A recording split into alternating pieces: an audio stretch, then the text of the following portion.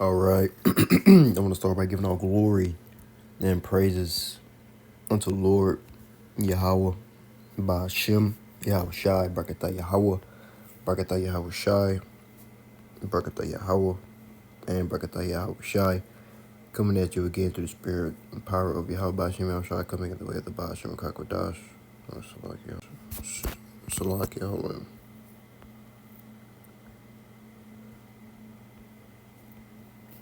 But I just wanted to make a real quick lesson. Ultimately, maybe even an impromptu. It just depends to the spirit what the spirit gives me. But ultimately, I just want to key in on mostly one scripture right now. But if the spirit gives me another scripture or more scriptures, then I'll speak on these.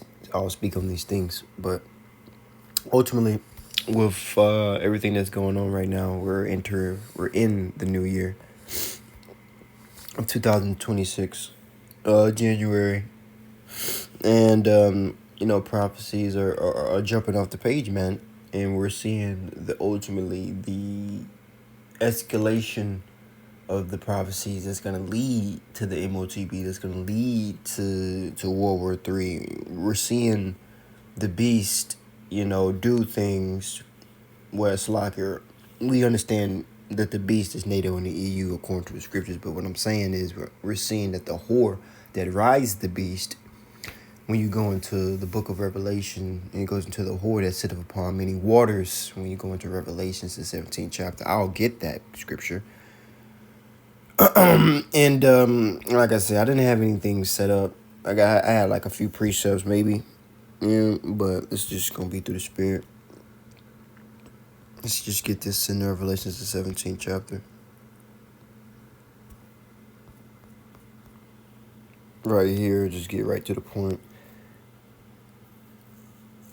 Right, and we understand that the great whore is Babylon the Great, aka America. America is that whore that rides upon the beast. The whore. I mean, and if you're riding a beast, if you're that means that you're in control of it. So America is the hammer of the earth. Is that hammer that's going to and fro in the earth, bringing forth wickedness, death, murder, and destruction.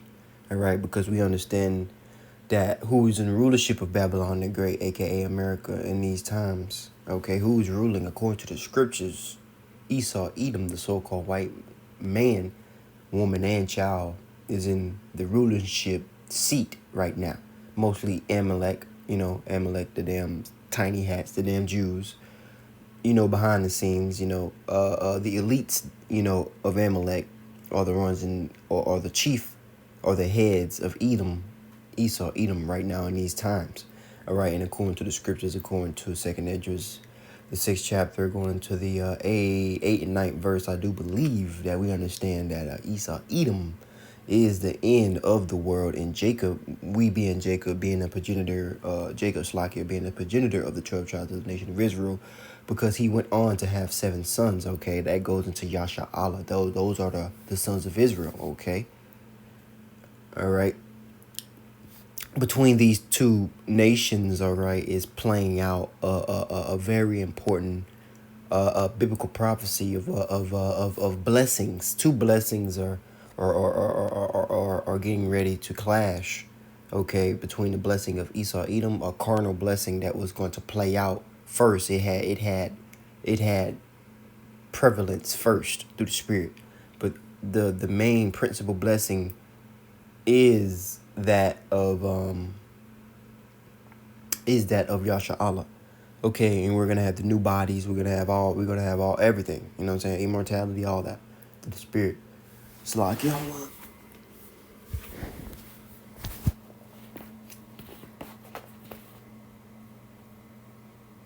Man, damn.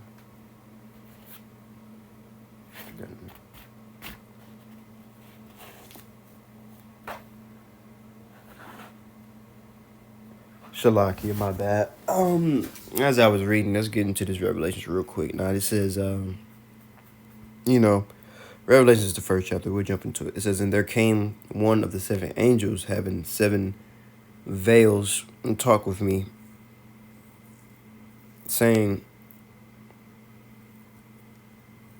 "Unto me, come hither, and I will show unto you the judgment of the great whore that sitteth upon many waters." When it goes into sitting upon many waters, that means it's sitting upon many nations and many peoples and many tongues. So ultimately, Babylon the Great is a superpower, and it has conglomerated, has heaped the nations together, and has heaped resources and raped, robbed, murdered, and thieved resources together. But ultimately, Babylon the Great is a melting pot of many nations. Many nations are here. Many peoples, tongues, and things of that nature between heathens and in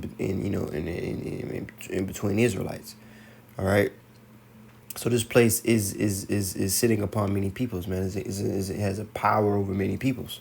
You know, it's a hammer of the earth. It's a superpower at this current time, even still right now in the earth. It's going down. It's in a period of dwindling, but yet it is still that dominant force in the earth at this current point in time. Now it says in verse 2, whom the kings of the earth representation, these other nations going into, all the nations that got into a pact with America after World War II. You know what I'm saying? These nations that saw that, hey, Babylon the Great was the hammer of the earth. You know, they dropped the atomic bomb. They had technology and things of that nature to put the other nations in fear. So they had to come down and come under the heel of Babylon the Great, under the hegemony of Babylon the Great. All right, and it's been like this for some time. But now the nations are getting to the point where they're beating their chests. All right, and like the scriptures say in Joel, let the weak say I am strong, roughly paraphrasing. So now the nations are not trying to be under the thumb or the grip of America for any much longer. So they're trying to figure out a way to wiggle from underneath the grasp, of this place, man. And it's ultimately all that's going to lead to a division and war. Okay, which speaks about that in Revelation, the 11th chapter, when it goes into the third woe. It speaks about how the third woe shall come quickly. You know what I mean? So that's in representation of World War III. Okay, a great destruction. Okay, it says, whom the kings of the earth have committed fornication with, they have gotten in bed with this whore. Okay, they've taken of her philosophies. They've taken her of her currency, her money. Okay, and now when you look at their nations, they're degenerate. They're reprobates. They got the men's a faggot. The men are faggots. The women are pushing feminism. Twerking and just being unruly. That's what happens when you take the bread of Babylon the Great, of America. Okay, eventually your nation is gonna get is gonna turn to wickedness, man. It's gonna get very, what's the word I'm looking for here? Very degenerate. The more and more that you deal with Esau, how your nation and your people is gonna become degenerate, man. All right, because Esau, Edom, okay, it's profane according to the scriptures, according to Hebrews, the 12th chapter. Right, but anyway, these nations have gotten in bed with this place, and they've made money. They've made money hand over fist, But ultimately, they're still going to be angry. It says this: the inhabitants of the earth have been made drunk with the wine of her fornication. All right, of immorality. All right, that's Babylon the Great. Got these faggots and these soy boys and these damn. Sometimes you'll see these fucking dogs, these furry people that want to dress up as dogs and shit. Like, oh my God, man, I fucking hate this kingdom. Oh, anyway. All right, ultimately, just bringing this out, this is a wicked kingdom. All right, and it's going to be destroyed. All right, so let's go back just real quick. And we're seeing this right here. We're seeing deadly ice shootings right here. I'm gonna play this video and get some more precepts. The officer who killed 37-year-old mother of three, Renee Good, now identified as Jonathan Ross. DHS telling NBC News Ross was seriously injured in a traffic stop here 6 months ago when he tried to arrest an undocumented convicted sex offender who dragged Ross 50 yards with his car. 6 months later, this fateful moment. Police say Good was blocking the road with her SUV. You can see Ross 50 yards with his car up here 6 months ago when he tried to arrest an undocumented convicted sex offender who dragged Ross 50 yards with his car. 6 months later, this fateful moment.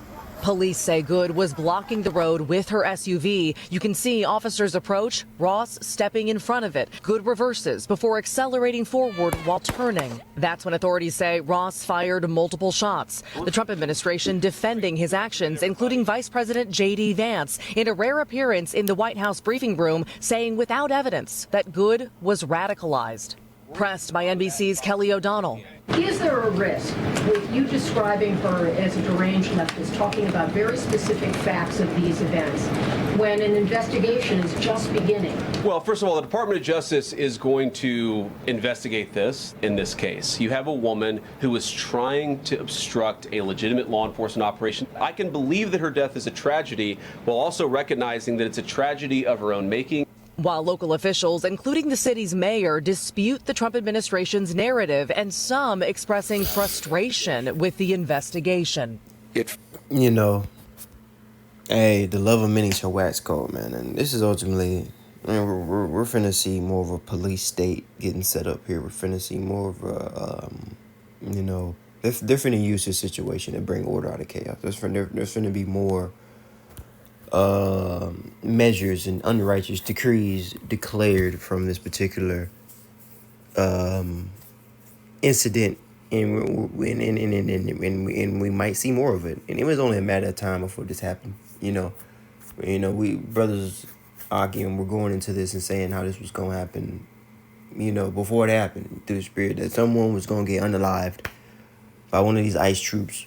Or one of these ICE. Now the reverse is going to happen, where eventually one of these motherfucking ICE troops are going to get unalived by one of these civilians who just ain't about that shit, or they're gonna get unalived by one of these undocumented so-called immigrants who just ain't about that shit, and they had it on them that day. You know what I'm saying? So the both are gonna happen, but ultimately Esau Edom is going to use both, you know, both deaths, both on both sides of the spectrum to push forward agendas and push forward unrighteous decrees. And ultimately that's going to bring forth more boots on the ground, martial law,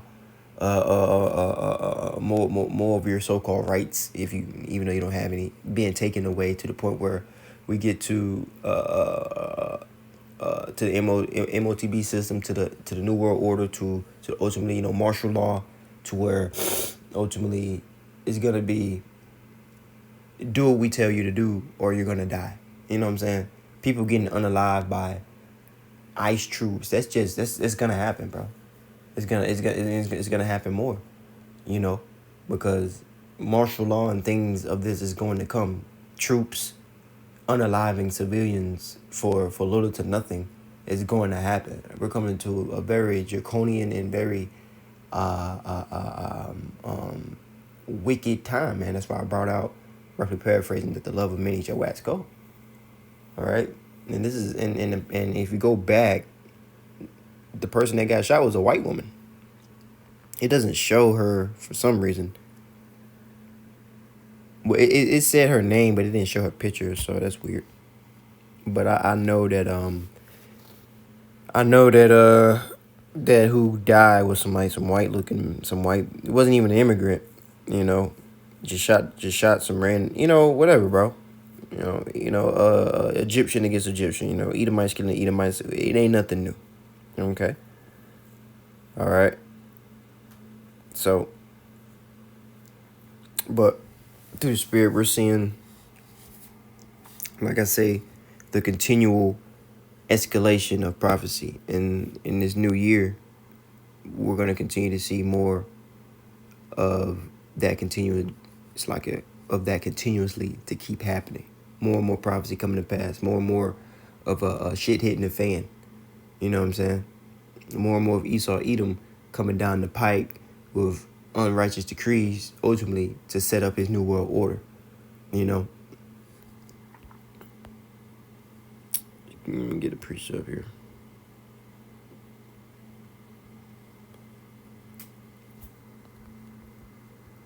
Is it 10? This is Isaiah 10:1. It says, "Woe unto them that decree unrighteous decrees and write grievousness, which they have prescribed." Let's read that in the NLT on the right hand. It says, "What sorrow awaits the unjust?" And we understand who the unjust is in the earth, and they are the ones ruling at this very moment in time.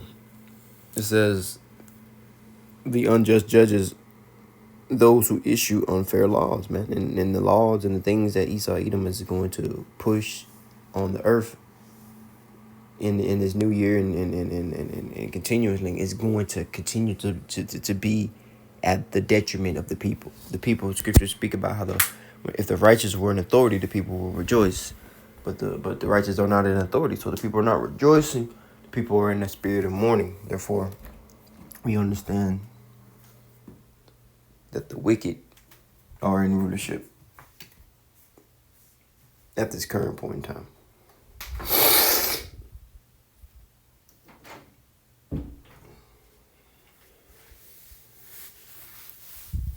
So I could give me a moment.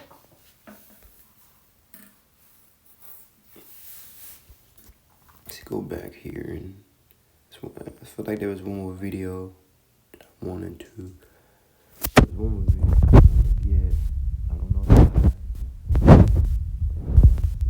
I or not. Let me hold on. Let me go look. Let me see. All right, because we are coming to the times where, we're finna be delivered, man. But we still got prophecies to go, so we still got to have patience, and a part of having patience is suffering all what we have to suffer into the kingdom. The scriptures speak about how we got to endure to the end. Yeah, so I think this is it right here. I think this is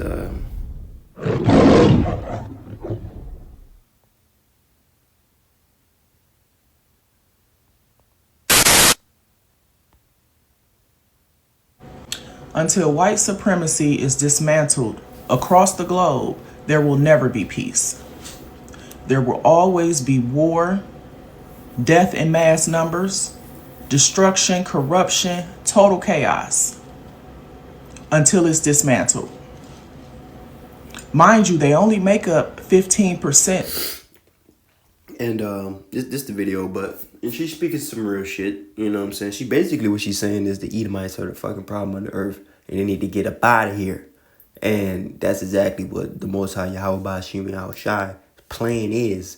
Okay, and that's what, as far as being one of the men of the Lord, being the prophets of the Lord, the Lord has revealed unto us the secrets of what he's finna do in the earth and what he's finna do ultimately to our enemies. And first off and foremost, Esau and all the heathens, they're going into captivity. All right. And Esau's going into captivity. Well, all the heathens are going into captivity. You know what I'm saying? And will continuously be in captivity perpetually. But after 1,000 years, the nations, outside of Esau will go back to their lands and they'll be able to enjoy a righteous kingdom. Esau, all right, according to Obadiah, he's gonna get Obadiah 1:17 and Obadiah 1:18. I'll pull that precept in a second. But ultimately he's going to be deleted. He's going to be unalived. Every one of them is going to be unalived out of the earth for eternity. Okay, there will be no more Edomites in the earth after 1,000 years of captivity, according to the Bible, according to scriptures, man. All right. But I'm going to play the rest of this. Of the global population.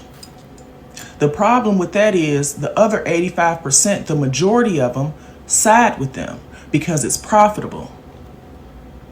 They know the secrets, they hold them.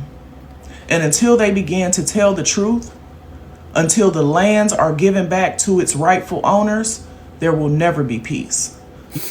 There ain't gonna be nothing given back. The scriptures speak about how the saints, I'm gonna pull that precept, ain't nothing. Esau ain't gonna give you shit. Esau gonna give you Esau gonna kill your ass before he give you anything, okay? So what's gonna happen here? What's gonna happen is hold on, man.